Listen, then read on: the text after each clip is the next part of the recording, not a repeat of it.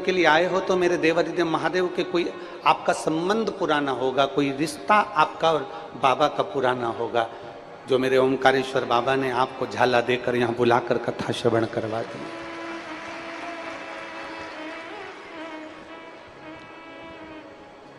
बस शिव कथा कहती है, भगवान देवादिदेव महादेव का चरित्र कहता है। जितना अपने भरोसे को दृढ़ बनाते चले जाओगे उतना मेरे शंकर के करीब होते चले जाओगे। स्वयं ब्रह्मदेव भगवान शिव को नहीं जान पाए थे।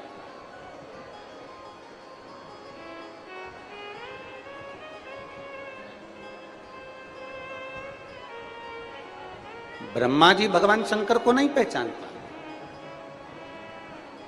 और नहीं पहचान पाए तो उन्होंने ब्रह्मदेव ने स्वयं भगवान नारायण से कह दिया था कि मुझे मेरे पिता का नाम मालूम है कि आप मेरे पिता हो, पर क्या आपको आपके पिता का नाम मालूम है कि आपका पिता कौन है?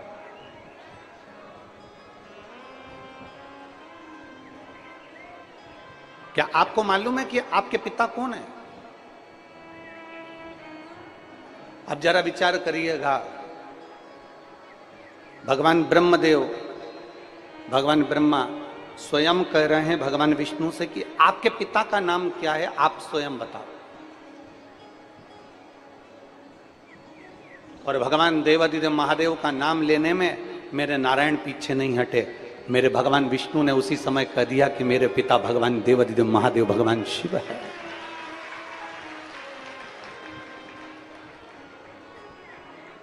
जिसने दिया है ना, उसका गुणगान करने में पीछे क्यों हटना? यहां पर ये हजारों पत्र आते हैं।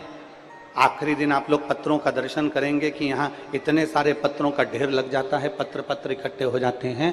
ये पत्र क्यों लिखते हैं लोग? क्योंकि उनको मालूम है जब भगवान नारायण अपने पिता का नाम भगवान विष्णु का, भगवान नारायण भगवान शिव का नाम लेने में पीछे नहीं हटते, ब्रह्मा जी अपने पिता का नाम लेने में पीछे नहीं हटते। जिसने दिया उसका नाम लेने में पीछे क्यों हटना? इसलिए लोग पत्र लिख कर भेजते हैं कि मेरे महादेव को जल चढ़ाने पर मुझे क्या फल की प्राप्ति हो।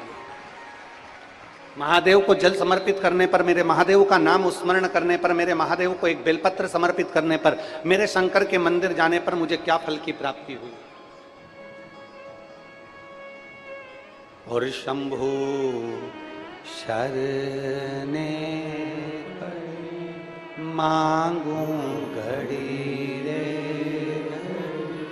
दुख काढ़ो दया करीने दर्शन शंभु शरणे मांगू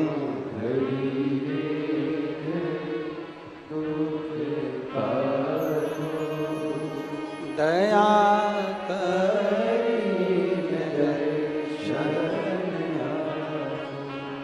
जब तुम्हें महादेव दे, जब तुम पर महादेव कृपा कर दे, जब तुम पर देवादिदेव महादेव की करुणा हो जाए, तो उस समय पर समझना कि मैं अकेली नहीं, मेरे साथ में मेरा शंकर, मेरे साथ में मेरा देवादिदेव महादेव मेरे संग में चल रहा है। अच्छा, शिवजी को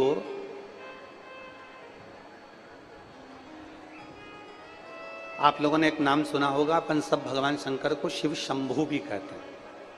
क्या बोलते हैं? जम के जरा बोलो, शिव शंभु।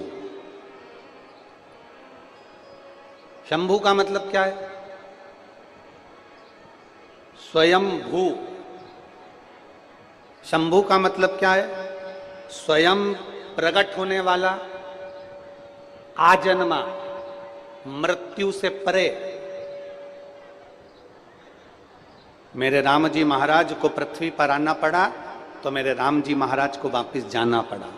मेरे भगवान कृष्ण को पृथ्वी पर आना पड़ा तो मेरे भगवान कृष्ण को वापस जाना पड़ा।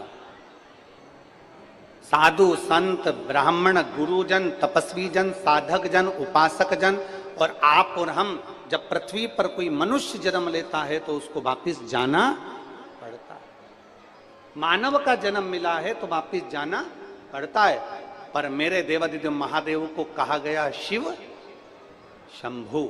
शंभु का मतलब है कि जो स्वयं प्रकट हुआ है, जो स्वयं सामने प्रकट हो गया, जो स्वयं है, जिसका कोई माता नहीं, जिसका कोई पिता नहीं, और जिसका कोई शुरुआत से लेकर कोई अंत नहीं दिखता, वो स्वयं शिव शंभु स्वयं प्रकट होता है और अपने जनमानस का कल्याण करता है स्वयं।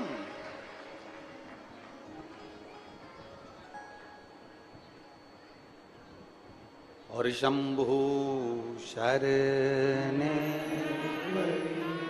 मांगो घड़ी रे दुख दया करने दर्शन, जो स्वयं प्रकट है, जो दुनिया का दुख हरने के लिए हमेशा निरंतर विराजमान है।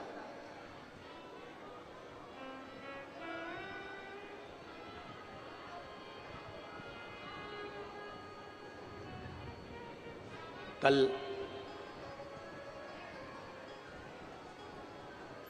माननीय विधायक जी पटेल जी के साथ में मां नर्मदा जी का पूजन करने के लिए, मां नर्मदा जी की कृपा से, मां नर्मदा जी कहीं इशारा कर कर झाला देकर अपने पुत्र को बुला ली होगी, तो मां की करुणा हुई तो नर्मदा जी का पूजन करने के लिए गए।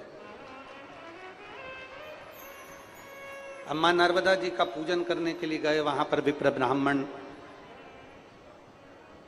श्री श्री रविशंकर जी महाराज जी के सानिध्य में जो आश्रम है, उसी में जो वेदशाला पाठशाला है, वहाँ के विद्वान ब्राह्मणों ने पूजन कराई।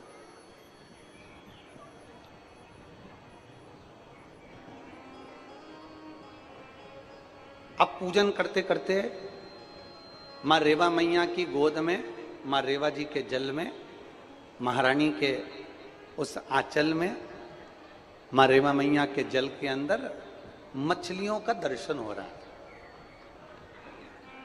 जरा ध्यान देना कथा पर, बहुत बहुत जो अनुभव किया वो बताने में कुछ नहीं जाता।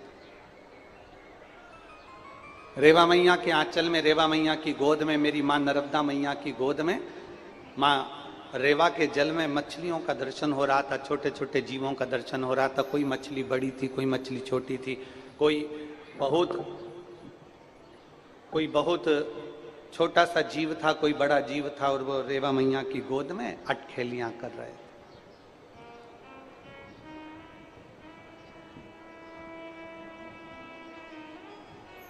अब मन में ब्राह्मण देवता ने हाथ में पुष्प देकर बिठाया और वो मछलियां, वो जीव दिख रहे थे, तो मन में एक भाव प्रकट हुआ।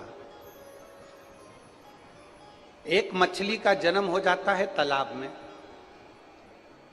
एक जीव जंतु का जन्म हो जाता है कुएं के अंदर, एक जीव जंतु का जन्म हो जाता है खड्डे में भरे हुए जल में, एक जीव जंतु का जन्म हो जाता है कहीं तालाब में, कहीं सरोवर में, कहीं नदी में। पर धन्य है मां नर्मदा, धन्य है मेरी मां, जो तेरी गोद में ये जीव भी अगर जन्म लेते होंगे तो ना जाने इन्होंने कितने तप करे होंगे, तब जाकर ये नदी में जन्म लिए हैं, तेरी गोद में।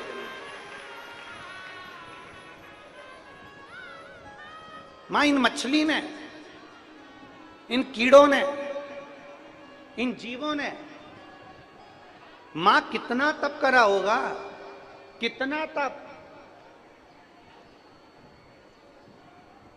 मां, इन जीवों ने कितना तप करा होगा, तब तेरे जल में है माई नर्मदा।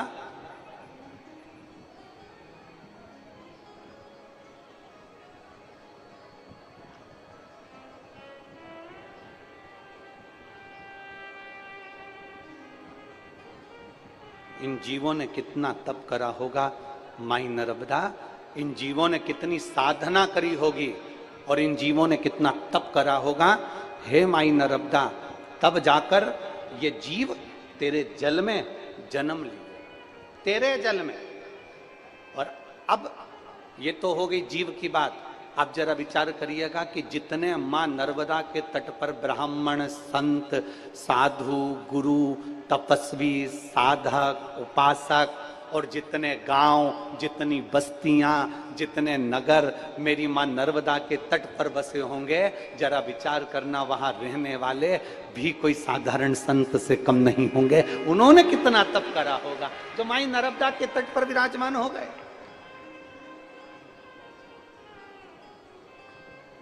और जितने आज कथा में बैठे हो, पंडालों में तो जगह नहीं है, पर रोडों पर जो बैठे हुए हैं, पेड़ों की छांव में जो बैठे हुए हैं, जो इधर उधर जहां तहां विराजमान है, गाड़ियों के नीचे अपना अपना टेंट, अपना अपना छाता लगा लगा कर जो लोग बैठे हुए हैं, जरा ध्यान देना कि मां नर्मदा की गोद में जो जीव जन्म लिया वो भाग्यशाली है। मां नर्मदा के तट पर जितने जीव रह रहे हैं, जो गांव, जो संत, जो शहर, जो नगर, साधु, सन्यासी, ब्राह्मण, संत, तपस्वी जो मां नर्मदा के तट पर रह रहे हैं, वो तो भाग्यशाली हैं। पर आज आप और हमारा भी भाग्य है जो मां नर्मदा ने अपने को झाला देकर यहां कथा सुनने के लिए बुला लिया।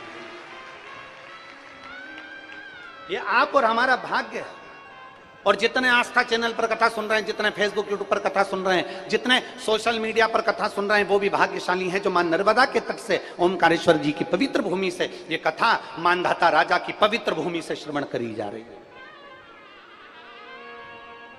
और वो राजा मानधाता कोई साधारण नहीं थे, जिनकी ये धरती है, जिनकी ये भूमि है।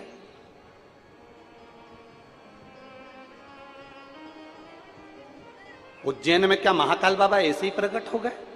काशी में क्या मेरे विश्वनाथ जी ऐसे ही प्रकट हो गए? सोमनाथ जी में क्या मेरे सोमेश्वर महादेव ऐसे ही प्रकट हो गए? नागेश्वर भगवान क्या ऐसे ही प्रकट हो गए? मल्लिकार्जुन क्या ऐसे ही प्रकट हो गए? केदारनाथ जी में क्या केदारेश्वर बाबा ऐसे ही प्रकट हो गए? क्या वेदनाथ जी में वेदनाथ जी ऐसे ही प्रकट हो गए? क्या ओमकारेश्वर में मेरा ओमकारनाथ ऐसे ही प्रकट हो गया? नहीं, मेरा ओमकारेश्वर बाबा ऐसे ही प्रकट नहीं हुआ। ना जाने कितने तप साधना कितना कितना करा होगा, तब जाकर हमको और आपको, और ये कली काल में 12 ज्योतिर्लिंग में अगर लिंग का दर्शन, शिव का दर्शन यदि आप और हमको हो रहा है, तो अपने आप को भाग्यशाली समझना कि मेरे भोले बाबा की बड़ी कृपा है जो 12 ज्योतिर्लिंग का दर्शन हो रहा है।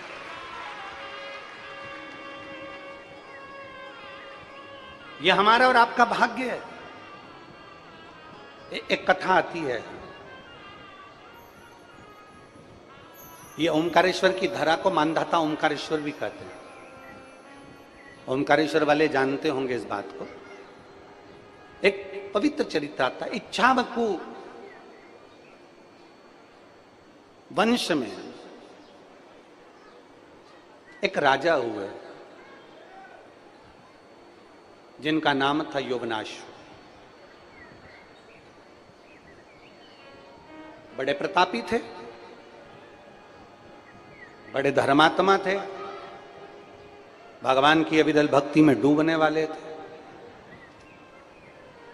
और इनका तपबल बड़ा तीव्र था। पर मेरा जो देवाधिदेव महादेव है ना, वो बड़ी बड़ी विचित्र विचित्र लीला करते हैं। मेरे शंकर बड़ी विचित्र विचित्र लीला करते हैं, बहुत विचित्र लीला।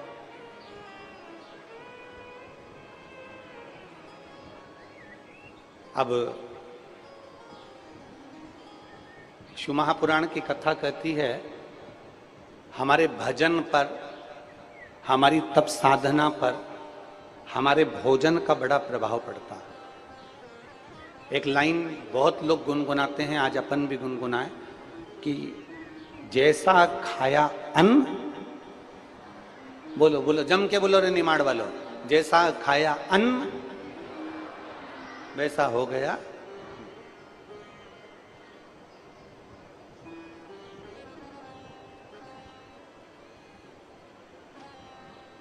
जैसा खाया अन्न वैसा हो गया।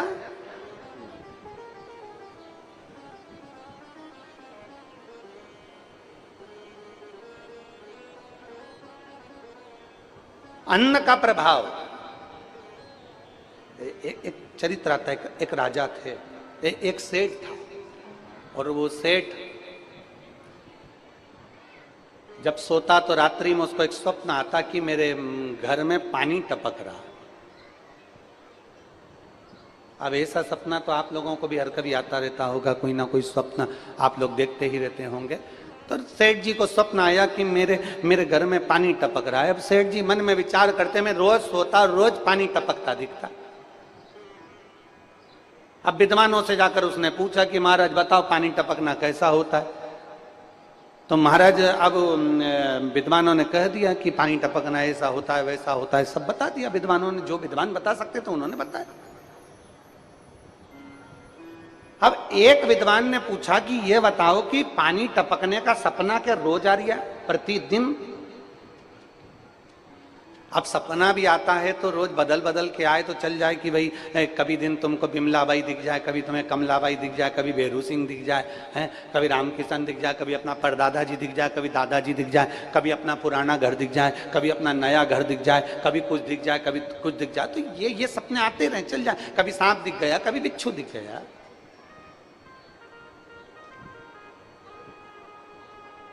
ये सपना तो आता रहता है। एक विद्वान ने पूछा, ये बताओ क्या तुमको रोज पानी टपकता हुआ दिखता है? उसने कहा कि हाँ महाराज जी, बस समझ में नहीं आता कि मैं रोज, बस दिन में भी अगर मैं थोड़ी देर लेट गया तो मुझे ऐसा लगता है कि मेरे घर में पानी टपक रहा। मैं रात को भी सो गया तो सपने में आता है कि पानी टपक रहा। मेरा अच्छा खासा बंगला, 4 मंजिल की मेरी बिल्डिंग, अब इसमें पानी कहां से टपकेगा गुरुजी, मेरे को समझ में नहीं आया। गुरुजी ने कहा अच्छा अभी जा, मैं तुझे बाद में बताऊंगा, जा। अब वो सेठ जी चले गए और सेठ जी गए तो वो जाते जाते जाते जाते 3-4 दिन बाद फिर वो अपने मित्र को लेकर संत के पास आ गए। गुरुदेव गुरुदेव गुरुदेव। गुरुजी ने पूछा क्या हुआ? कि वो पानी टपक रहा अभी भी। गुरुजी ने पूछा अभी भी पानी टपक रहा? हाँ। पक्का? हाँ। अब गुरुजी ने पूछा एक बात बता, तू रोज तुझे पानी टपकता दिखता है सपने में, अब तू मुझे बता कि तेरे घर में कौन कौन रहता है? तो कहा गुरुजी मेरी पत्नी है, मेरा बेटा है, मेरी बेटी है, मेरे माता है, मेरे पिता है, मेरे घर में नौकर है, चाकर है, सब है। फिर गुरुजी ने पूछा अब ये बता भोजन कौन बनाता है? तो सेठ जी ने कहा एक भोजन बनाने वाली बाई आती है माता जी, और वो भोजन बनाती है। अच्छा ठीक है, भोजन बनाती है वो? हाँ ठीक है। और तू भोजन करता है? बिल्कुल। घर का कोई व्यक्ति भोजन नहीं बनाता? नहीं, मेरी पत्नी परोसती है, पर भोजन वो बाई बनाती है, भोजन वो माँ बनाती है। ठीक है। अब संत ने कहा एक काम कर, आज तू घर जाना और वो भोजन वाली जो माँ हो ना, भोजन वाली जो बाई हो, उससे जरा बैठकर बात करना कि माँ एक बात बता, तू कुछ दुखी है क्या? तुझे कोई तकलीफ है क्या? तुझे कोई कष्ट है क्या? उसने कहा इससे क्या होगा महाराज जी? तो सेठ जी से कहा सेठ तू जरा जाकर मालूम तो कर। अब सेठ जी गए, भोजन बनाने वाली माँ जब भोजन बना रही थी, भाई जब भोजन बना रही थी, सेठ जी उसके पास में गए और जाकर पूछ लिया माँ एक बात बता, तू भोजन बनाती है, तेरे को कोई कष्ट है क्या? तेरे को कोई दुख है क्या? तेरे को कोई तकलीफ है क्या? इतने में बूढ़ी माँ रोती हुई बोली मैं क्या बताऊं सेठ जी, मेरा घर, बारिश का समय, 3 बच्चे मेरे, और वो घर में छपरे में से पानी दिन भर टपकता रहता है। मैं उसके टेंशन में इतनी रहती हूँ, मेरे बच्चे गीले होते रहते हैं, मैं कैसे उनको सुलाऊं? ये मेरा दुख है। मैं दिन भर यही सोचती रहती हूँ मेरे बच्चे कैसे सोएंगे, क्या करेंगे, पानी टपकता है मेरे घर के अंदर, बस वो मेरी तकलीफ है। इतने में दौड़ कर सेठ जी अपने संत के पास गए। गुरुजी मैंने उससे पूछ लिया, वो कह रही थी कि मैं दुखी हूं, मेरे घर में पानी टपकता है। बस गुरुजी ने कहा भोजन बनाने वाली जैसा भोजन बनाते समय अपनी बुद्धि और विवेक को रखती है, वैसा खाने वाले पर असर पड़ जाता है, और वो असर तुझ पर पड़ गया, वो असर तुझ पे पड़। जैसा खाया अन्न, बोलो बोलो रे जी जीवन सब बोलो, मेरे जी जान भी बोलो, जैसा खाया अन्न वैसा हो गया मन। जिस दिन आपको क्रोध आ रहा है, जिस दिन आपके मुख से अपशब्द निकल रहा है, जिस दिन आपके मुख से गाली निकल रही है, जिस दिन आपके मुख से बद्दुआ निकल रही है, जिस दिन आपके मुख से आड़े टेढ़े शब्द निकल रहे हैं, जिस दिन आपके मुख से अपशब्द निकल रहे हैं, जिस दिन आपके मुख से किसी के लिए आड़ा टेढ़ा निकल रहा है, समझ लेना हमने किसी ऐसे वैसे के घर का अन्न खा लिया, इसलिए हमारे मुख से आज अपशब्द निकल रहे हैं, हमारे मुख से आड़े टेढ़े वचन निकल रहे हैं, हमारे मुख से अपशब्द निकल रहे हैं। हमने किसी के यहाँ का कुछ ऐसा खा लिया, किसी के यहाँ का कोई पदार्थ आ गया, किसी के यहाँ का कोई भोग आ गया, किसी के यहाँ का कोई वस्तु आ गई जिसको हमने ग्रहण कर लिया, जिसके कारण आज मुझे क्रोध आ रहा है, जिसके कारण आज मुझे ईर्ष्या उत्पन्न हो रही है, जिसके कारण आज मुझे क्रोध की उत्पत्ति हो रही है। विचार करना, मनन चिंतन करना, बैठ के एकांत में विचार करना कि मैंने किसके घर का अन्न खा लिया जो आज मेरी बुद्धि बिगड़ गई, मैंने किसके घर का अन्न खाया, मैंने किसके घर का भोजन ग्रहण कर लिया जो मेरा विवेक बिगड़ गया, मैंने अपशब्द कैसे कह दिया, मैंने ताने कैसे दे दिए, मैंने गाली कैसे दे दी, मैंने आड़ा टेढ़ा कैसे कह दिया, मैंने क्रोध क्यों आ रहा है। जब घर में सब नॉर्मल है, जब घर में सब शांति है, तो तुम्हें क्रोध क्यों आ रहा है। समझना कि हमने कहीं किसी के घर का ऐसा अन्न तो नहीं खा लिया जिस अन्न के कारण आज हमें तकलीफ भोगना पड़ रही है। और मत बुरे कर्म कर बंदे वरना पछताएगा, भगवान की आंखों से तू बच नहीं पाएगा, तू बच नहीं पाएगा। अरे ओ अज्ञानी मत कर नादानी, अरे ओ अज्ञानी मत कर नादानी। जरा विचार करिए अपने भीतर, जरा अपने विचार करिए कि हम कौन सा अन्न ग्रहण कर रहे हैं। दो जगह बहुत ध्यान देना महाराज, आप ब्रज की रज में जाएं, मां यमुना जी का पान करिए। आप मां रेवा के तट पर जाएं, मां नर्मदा जी के जल का दर्शन और पान करिए। आप मां गंगा के घाट पर जाएं, काशी जाएं, हरिद्वार जाएं, आप प्रयागराज जाएं, मां गंगा के जल का आचमन करिए, प्रणाम करिए। और किसी मंदिर में, किसी मंदिर में,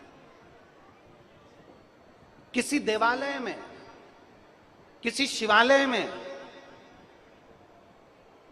मेरे राम के मंदिर में, मेरे कृष्ण के मंदिर में, मेरे शंकर के मंदिर में, मेरे नारायण के मंदिर में, मेरे गुरुजन के मंदिर में, मेरे दत्त भगवान के मंदिर में, मेरे भगवान के मंदिर में, 33 कोटि देवताओं के मंदिर में, और किसी सतगुरु की शरणागति में, किसी संत की कहीं समाधि स्थल पर, किसी संत के दरवाजे पर, किसी संत के आश्रम पर, किसी संत के द्वार पर अगर पहुंचे तो दो चीजों का स्मरण करना। एक बार वहां की रज को अपने मस्तक जरूर चढ़ाना, और दूसरी बार वहां अगर पीने के लिए पानी मिल जाए, जल आचमन करने के लिए मिल जाए, तो जल का आचमन जरूर करना। उससे हमारा मन, तन और बुद्धि पवित्र होती चली जाती है।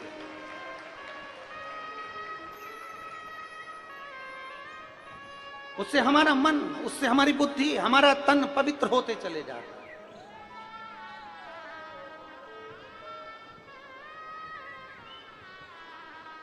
मैं धन्यवाद दूंगा संपूर्ण ओमकारेश्वर के आसपास के सभी ग्रामीण वासियों को। खरगोन, खंडवा, मोरटक्का, चाहे उस पार नर्मदा जी के बसे हुए गांव हों, चाहे इस पार के सारे गांव हों, चाहे वो बूंदी हो, चाहे वो आसपास के सतवास हो, ये हो, सब आसपास के ग्रामीण वासियों को साधुवाद दूंगा कि मां नर्मदा जी के तट पर चल रही इस कथा में ऐसा कोई गांव का व्यक्ति नहीं है जिसने सहयोग नहीं करा। जगह जगह पानी के टैंकर लगा देना, जगह जगह नाद भर कर रख देना, जगह जगह पानी के प्याऊ की व्यवस्था कर देना, जगह जगह पानियों की व्यवस्था कर देना। और ऐसी व्यवस्था का दर्शन कल हमारे हमको किसी ने आश्रम पर सीहोर में मैसेज करा, और मैसेज कर कर कहा कि गुरुजी हम इतनी कथाओं में गए, पर ओमकारेश्वर की कथा में जो गांव के लोगों ने पानी की व्यवस्था और अन्य व्यवस्था करी, ऐसी व्यवस्था कहीं नहीं मिल पाई। धन्य है रे मां रेवा के तट पर रहने वाले ओमकारेश्वर के सारे ब्राह्मण, संत, साधु, सन्यासी, तपस्वी, साधक और सारे ग्रामीण वासियों को नमन करता हूं, प्रणाम करता हूं। मैं इस मां नर्मदा के तट पर रहने वाली मेरी जीजियों के चरणों को दंडवत करके प्रणाम करता हूं, नमन करता हूं कि मेरी बहनों ने अपने अपने घर के दरवाजे अपने अपने आए हुए मेहमानों के लिए खोल दिए। एक बार जोरदार ताली बजाओ मेरी इन बहनों के लिए। बहुत साधु, धन्य है आपको, साधुता है आपको। धन्य है ग्रामीणवासी जिन्होंने ट्रैक्टर, ट्राली, टैंकर सब लगा रखे हैं लाइन से लेकर वहां तक। धन्यता। और मिला ये मानव का जो देह मिला है ना, मानव का जो शरीर मिला है ना, ये बड़ी मुश्किल से मिला है, बड़ी मुश्किल। वो कहते हैं ना, अरे मैंने मानव जन्म तुझको हीरा,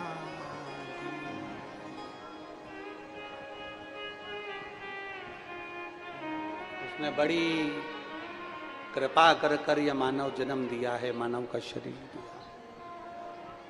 मैंने मानव जन्म तुझको हीरा दिया, तू यूं ही गवाए तो मैं क्या करूं। मैंने मानव जन्म तुझको हीरा दिया, तू यूं ही गवाए तो मैं क्या करूं। मैंने नैनों में ज्योति बराबर है दी, मैंने नैनों में ज्योति बराबर है दी। तू गीता ना पढ़ता तो मैं क्या करूं। मैंने मानव जन्म तुझको हीरा दिया, तू व्यर्था गवावे तो मैं क्या, मैं क्या कर सकता हूं। मैंने वाणी, मैंने जिभ्या पे वाणी बराबर की दी, मैंने जिभ्या पे वाणी बराबर की दी। हरि नाम ना जपता तो मैं क्या करूं। शिव नाम ना जपता तो मैं क्या करूं। मैंने मानव जन्म तुझको हीरा दिया, तू यूं ही गवा दे तो मैं क्या, मैं करूं तो करूं क्या, क्या कर सकता। कितनी मिन्नत से, कितनी प्रार्थना से, कितने भाव से, कितने दिल से, कितने निवेदन से, कितने कितने भाव से हाथ पैर जोड़कर भगवान ने यह मानव का शरीर दिया, और ये मानव का शरीर हमको मिला, और उस मानव के शरीर को हमने व्यर्थ गंवा दिया। तो उस शरीर का फिर मूल तत्व क्या, क्या मूल तत्व। इच्छावकु वंश में यौनाश्व नाम के एक राजा हुए, जिनका भजन प्रबल था, जिनकी भक्ति प्रबल थी, जिनका विश्वास प्रबल था, और जिनकी भक्ति, जिनका विश्वास, जिनका भरोसा प्रबल होता है उस पर शिव की कृपा। एक पत्र है, देखिए।